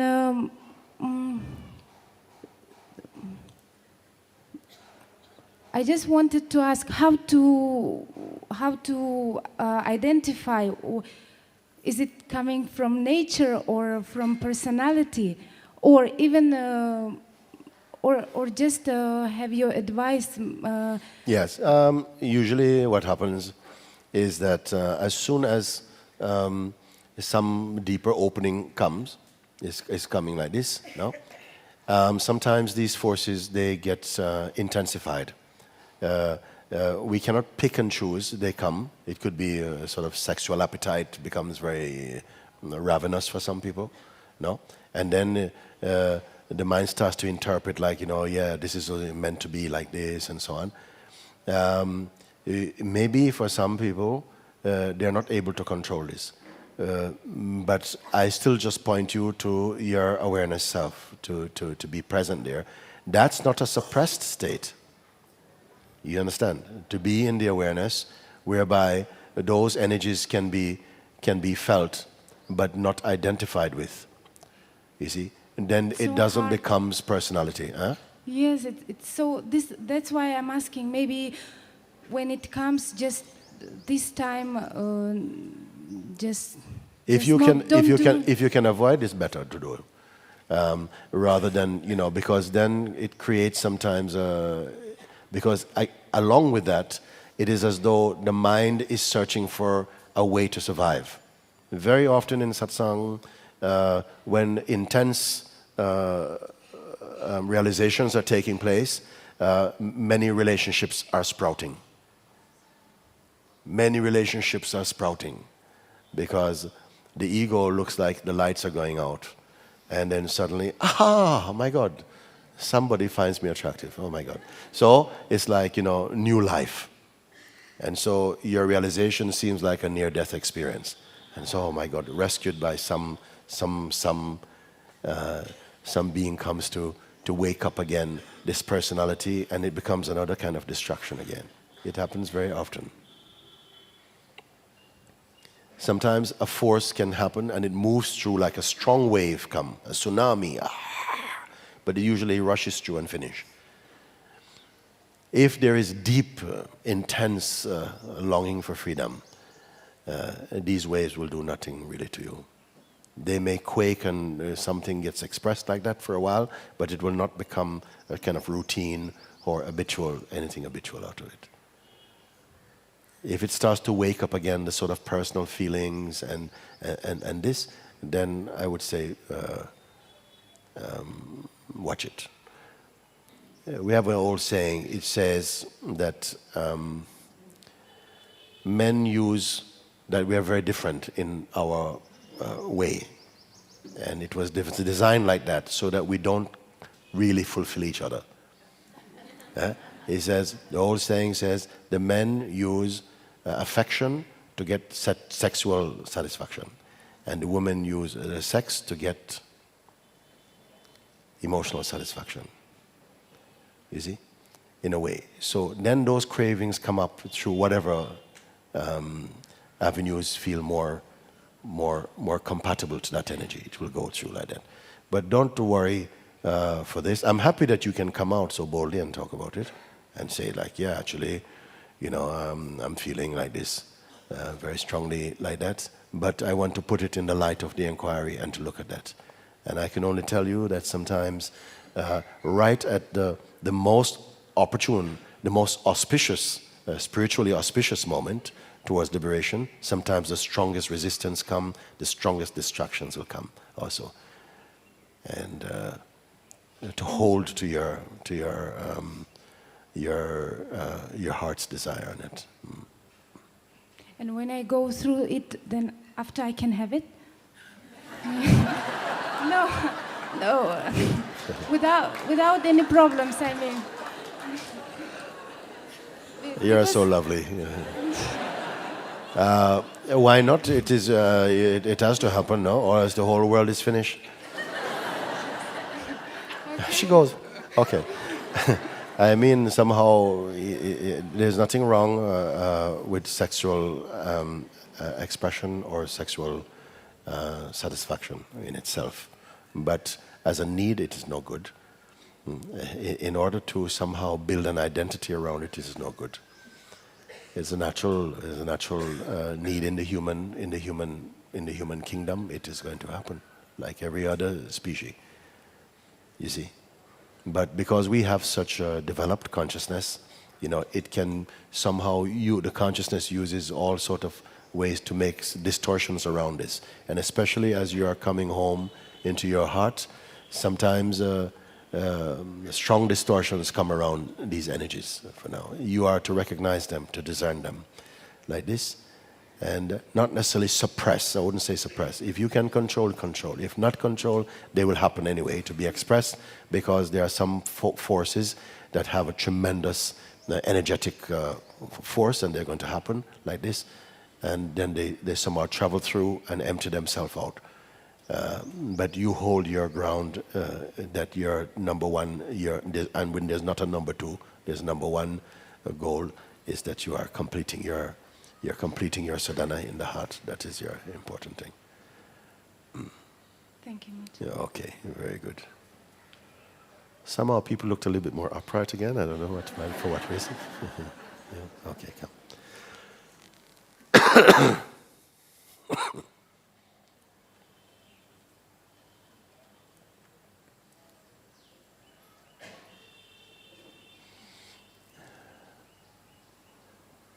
Namaste. Namaste. Like you just said, that whatever is coming up, the story, whatever is hitchhiking, Yeah. the next story, Yeah. just let it pass. Yes.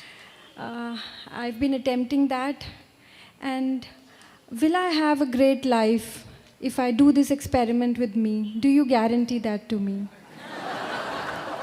Because I have these stories. I've lived here in the mind all my life. Yes. So, should I take this from this place, from right now? I Yes. take this experiment with me? Yes. With myself, I do this? Yes. Because now I see so many years I've lived with my mind, and Yes. I've listened to my stories. Yes. I've believed them. Yes. And I have everything. Like, for example, I'll give you one story, which has many stories attached to it. That if I need to become mature, more wise, then if I sit in meditation, then if I go out in the real world, I need to do something with my energies, I need to express my creativity. I need to do action in the world. I need to have a vocation. I need to give myself. Yes. I have this thought that God, please make me an instrument where I can give myself. Yes. In a good way, and I feel good about myself. And in the process, I learn so much when I interact with people, when I get things done, when I use my energy. So is this story false? Because it is giving me so much of misery, that all my misery is attached to this. Ah, yes. And if you say that you let go, let pass. The whole stories which I'm cooking up all the time is, I'll tell you briefly that I don't need to really work for money because I am provided for. But the whole problem I've created for myself in this life is, what work? I have spurts of work. Something comes my way, some work I do. I really enjoy it so much that one problem of my life when I wake up in the morning is, what do I do today? So I just want to get rid of it, and please help me. Yes, get rid of it. So I let this story pass. Yes. Then what will I do? How will I use my... I am putting more, now you're being doing a bit, and then to discover more your being first. Discover more your being. Because while you're engaged with more and more activity, what to do, you just stay in the notion of being a person. Maybe a spiritual person, maybe a good person, but you don't move beyond this personhood feeling. You must discover your being, your beingness. And then you feel naturally, not only that I'm going to God to ask God for something, but you're in harmony. You are in harmony with what is. That harmony is priceless. That harmony is incomparable, like that. And you will not be going feeling that I need to do this, I need to help people, I need to be expressing myself, I, like this. Somehow that finds expression without announcing it to the person's mind. Oh, I need to do this, and after that I like to do that, because that actually is not a happiness. The question is, what do I do in a dedicated way? What work I do? Because I do here and there small things. So this problem I've created, still I'm not able to get rid of it. Because you have become an addict to activity. You have to do all the time, you see. And perhaps also, I don't know if you feel you're doing things for people. Of course, I mean, naturally in your natural heart, you'll do what feels kind or what is considerate. These things will happen. I wouldn't say don't do that, but less emphasis on doing and more in being. That is something that you need to discover. And coming to satsang is a step more into discovering your beingness, you see. Beingness is not lazy. You understand? It's not an encouragement to be a dropout or something. We have a lot that comes from the mind, fears about, if I am like this, then it will not be, I'm not going to be able to be like this or whatever. But follow what is naturally happening to you in satsang. Something is already stirring inside you. Welcome that vibration and try and be just one with it. Don't try and put a future on top of it or the next moment. Because as I used the expression before, the mind is like that. When it's having breakfast, it's wondering what's for lunch. When it's eating lunch, what's for dinner today? And it's like that. It's always moving to the next. It's a habit that is a kind of restlessness. And you will not really know peace like that. You see? So already something is moving inside you. A response is coming inside. And somehow be very respectful to that, open to that, and see where it is taking you. But don't try and put a lot of jobs on top of that. Or otherwise you suffocate what is again spontaneous. Your spontaneity is arising naturally. Your intuitive powers will begin to open. They have been unexercised for a long time. Your spontaneity did not have much because the planning mind took over. And that's not a healthy way. You see, you can actually live a life even within structure without losing your spontaneity. But you must give some attention to your beingness. Not everybody can be free just to kind of do everything they want in life like that. And I don't even think that's necessarily a good thing even. You have to do what you need to do. But within that, you can still enjoy a life of spontaneity and freshness like this, intuitive powers. This is part of your kingdom, you see. Don't just be a one-trick pony that you only know how to do one kind of thing. No, just be in the beingness and then see how that is expressed in life. You will enjoy how it is expressed as life and in life, rather than let the mind set the agenda, set the schedule for you. So I stopped looking for, stop searching for what I should do in life. Yes, I think my vocation. Should I just let go, and it'll come to me if I live that way and let pass this need? Well, you have been doing it now for so long, Yes. and you're not so satisfied with it anymore, isn't it? So here's a turning point, a beautiful turning point, and every blessing towards you on this. And you ask me, can I guarantee your life will be better? Yes, I can guarantee. Yes, thank you. A lot better. Thank you. Much more fulfilled, more happy, more intuitive, more true. It will be true life, not a made-up thing, not like that. And true life also means that we keep this as the priority. This comes first. Not going on the mind trip, not giving attention to it always and making these stories real for us. Yes. That's what truth is for me. Being true to myself, it means that. Yes, yes. To stick on this ground. Yes. And I'd like to talk to you again at some point. Yes. Thank you. I love you. I'll keep an eye on you. I love you Thanks. too. Thanks to the Satsang Sabha. Very Thanks good. a lot. Very good. Thank you. Thank Okay. Somebody there at the back.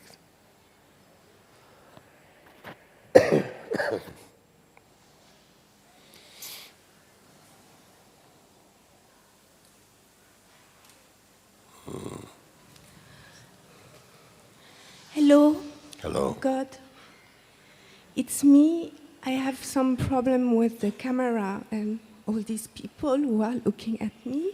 Okay. But I'm here. The camera, we can help. The people looking at you, we cannot help.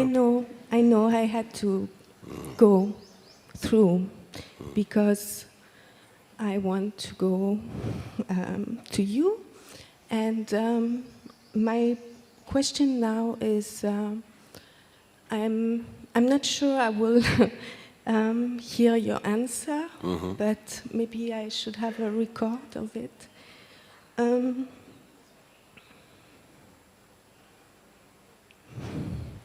I know what you mean, and encore.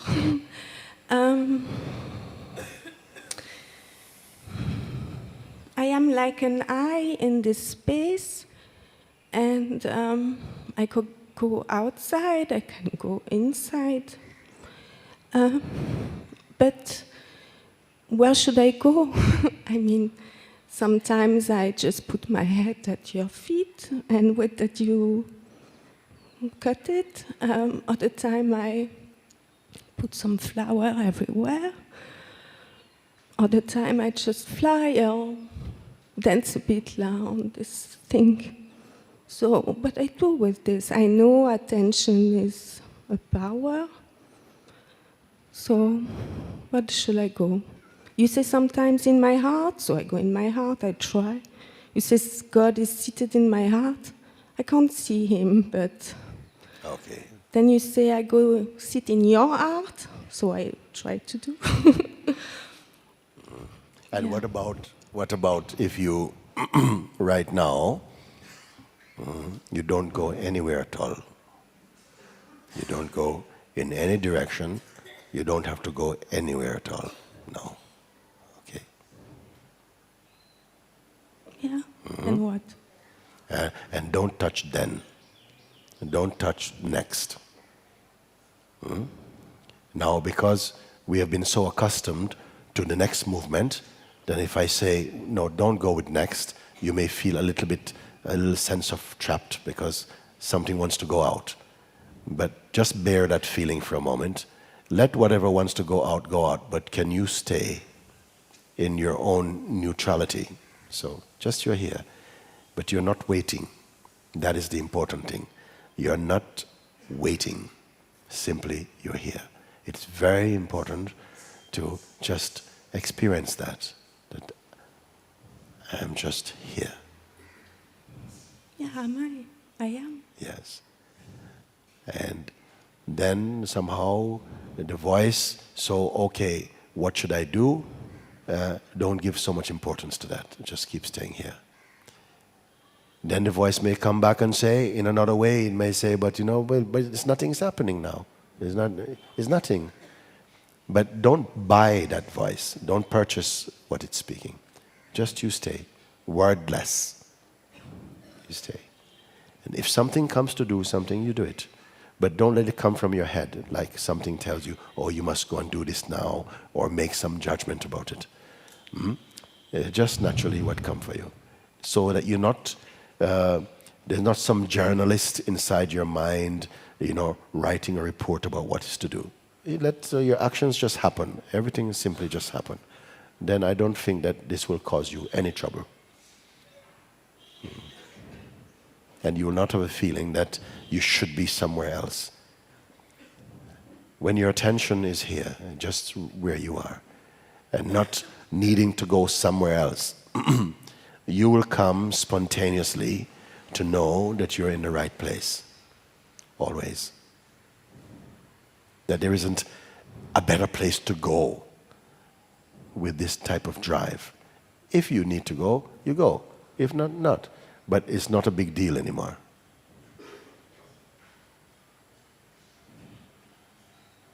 It was not a big deal. It was just a play. A play? What kind of play, yeah. I mean, what kind of play should I do? What is it, this play? Well, I don't feel myself I have to do any play, but the play goes on. It looks like without even having the intention, and if I have an intention, it is fine. If not, it's fine. But I don't need to keep finding something to do. It simply will arise by itself. The most important is to keep the attention one with the awareness itself. Stay as the awareness itself. That's all I can advise you, like that.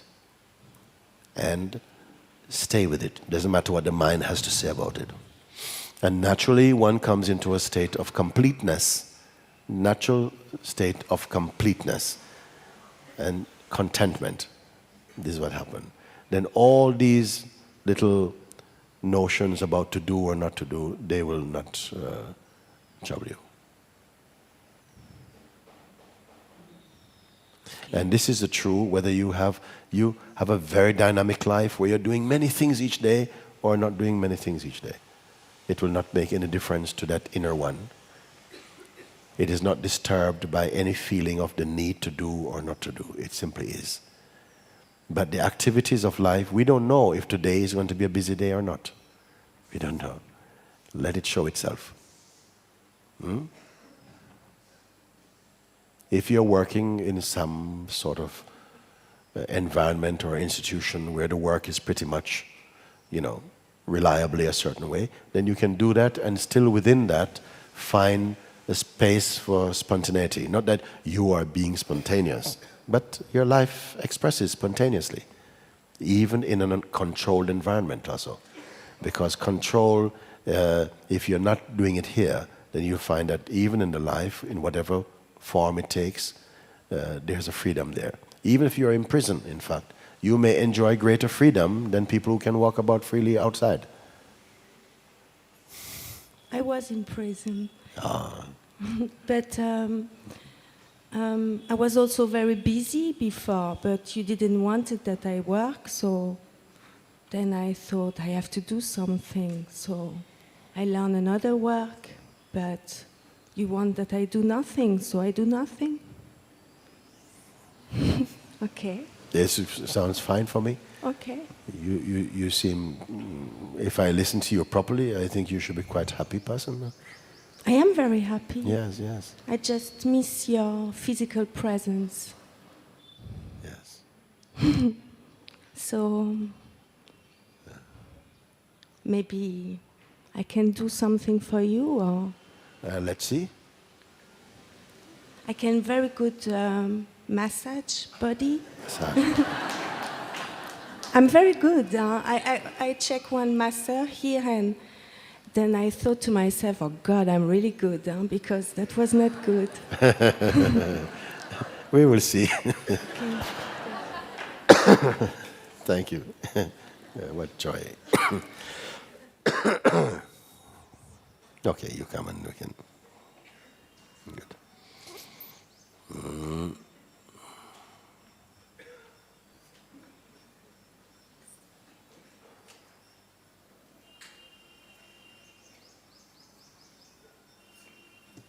Namaste, Muji. Namaste. Namaste. Deepest regards to you. Thank you. Okay. I'm enjoying in your presence what you are saying, to be just here. Yes. Just be here. Yes. It's coming very clear. Just be here. And watching whatever is moving and going on. And I felt it very I experience it whatever say, it's very easy for me just sitting in front of you. And when I saw you going there and you were hugging and you talk about awareness, but I saw you there so much loving. So you talk about awareness and you are so much loving. So my question is that we are on that journey all. So it's awareness, love is buy one, free one? Or is a different brand? What? What? It's awareness, buy free, buy one, free one. Oh. It's I have not heard it put like that before, but. So my question is that that was so beautiful to see in that loving state. So somehow longing is there, but when you say here and just now, so just. Not so dramatically, I don't mean. I mean, here and now, only pointing to that which is not here and now. It's not here and now. It doesn't know about here and now. It simply is. It's not trying to be here and now. It simply is. Here and now is a call to the attention, simply to, rather than to be thick into the story, production of the mind, to rest back into the silence of being. like that. And love sprouts very naturally in us. We are love, forms of love. It happened. I don't feel I am doing love. I feel it is abundant. Peace is abundant. The joy is abundant, like that. I am not trying every morning. I don't get up and do a love mantra or nothing like this. I just go about my way. And we speak of awareness, and I say sometimes people, they only see me sitting in a chair. If they watch YouTube, I'm always in a chair. Maybe they think when I'm finished, I'm going to turn around and I wheel myself up. But I am not. Those who have lived with me, they know we are working full on. All the people who work together, full power working. We're working, no? But still, internally, serenity and peace is there. To work in whatever you're doing, and yet inwardly to be in your silence, silence is there also. It seems almost contradictory, but yet it's the most beautiful. You see? I am neither doing any of them. I'm not the one working. Some of the work is happening, and there's a joy. There's a joy in the work that we do. At the same time, inside the peace. We don't exchange one. We don't hang up our peace and then take on a... It happens inside, and it's an expression of that joy. And the work is a kind of love in action also. It's like that. So it's like all one brand. Brand, I don't know, but it is one, yeah.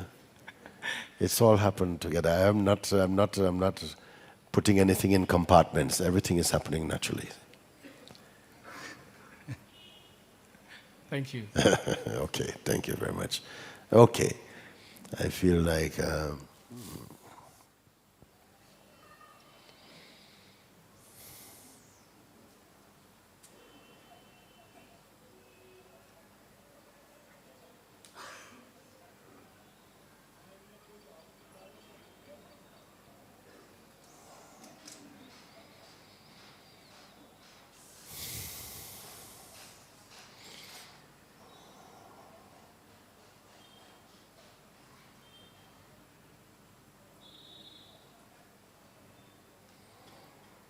I come to call you, to call you.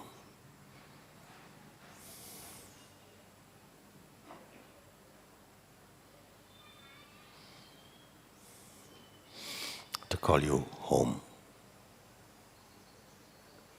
Those who have a place for my words or my voice inside your heart, you will know. And you will taste that place.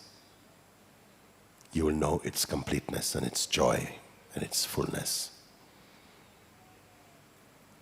I've come to call you away from suffering, from fear, from a life of sorrow, into our own divine being. I have not come to give you decorative stories about it, or to excite your imagination about it,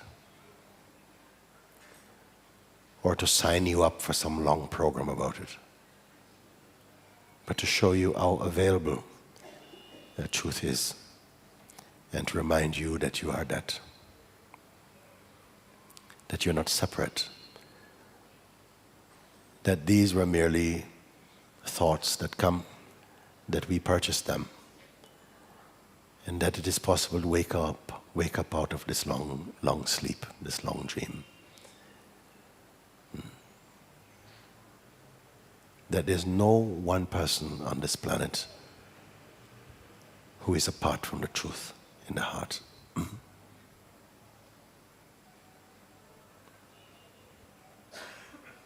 And yet, the world is so diverse in its expression, so extreme in its expression. The greatest good and the greatest evil is here. And in this forest, you must find your way home. Many voices come to call us.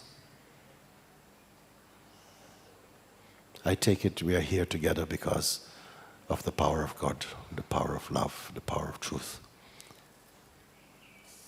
not to call you halfway home, but to call you fully home. I love, for myself, I love to watch the beings being set free from the hypnosis of conditioning and fears and past. And I know it is not difficult. I know how it can seem to be difficult and seem to be distant, but it's all a great seeming. I don't know what makes it happen in one heart so completely, and in another some delay or some postponement. And this is not my business. But I know that the voice that called you is true. And where you're being called to is true, and it's inside your own heart. That is what gives me the strength to be here, day after day. I don't delight in stories. I need nothing to hear about your past. This is not how I know you. I don't know you through your past. I know you through your heart, through your own divine being. It is all that really corresponds with me. And it is my true connection with you. Not memories, but the living power of God. It is this that I respond to. And it is only this that I know. I can only remind you, I can only point to that. The rest you must somehow, something must come from you in response to my pointing that will complete this yoga of seeing.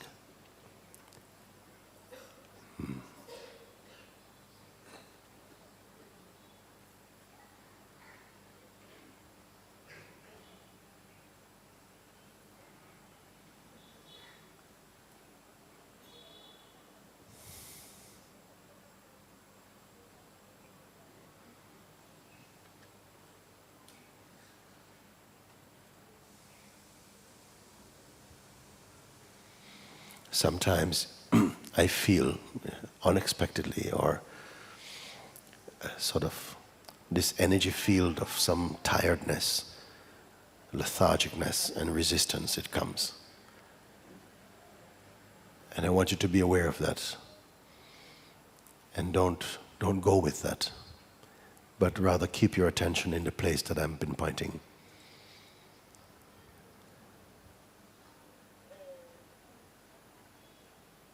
It is not I who make satsang successful.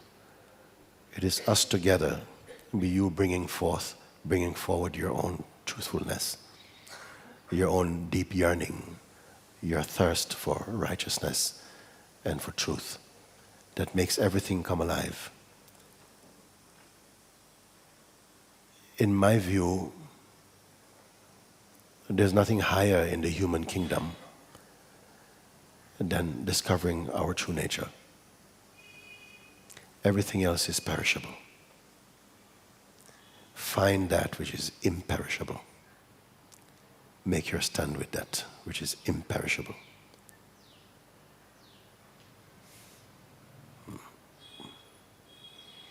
Don't go to sleep.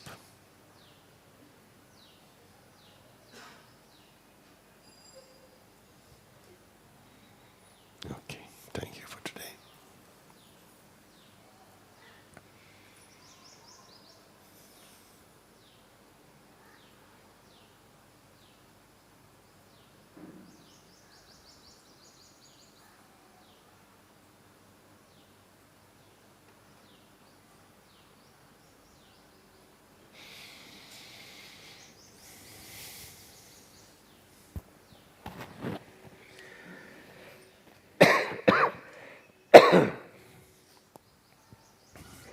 We have now.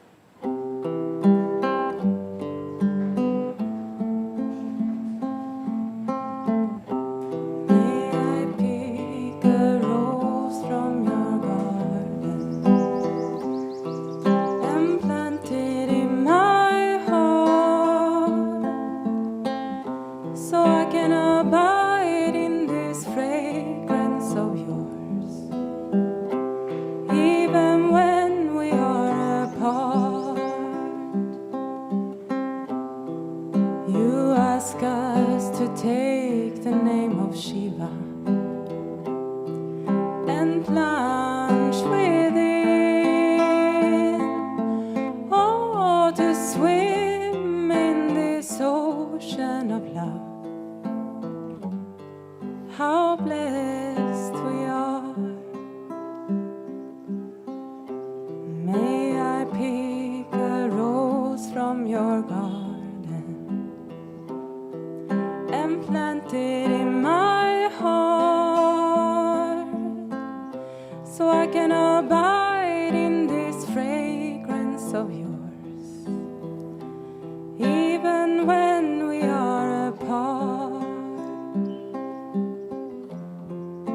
We can no longer hide this inner light. It's shining oh so bright. The only thing burning in my chest is to rest forever.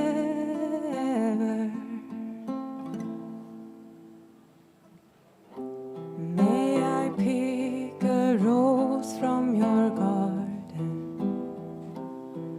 and plant it in my heart, so I can abide in this fragrance of yours, even when we are apart. So may I pick a rose from your garden and plant it in my heart, so that a full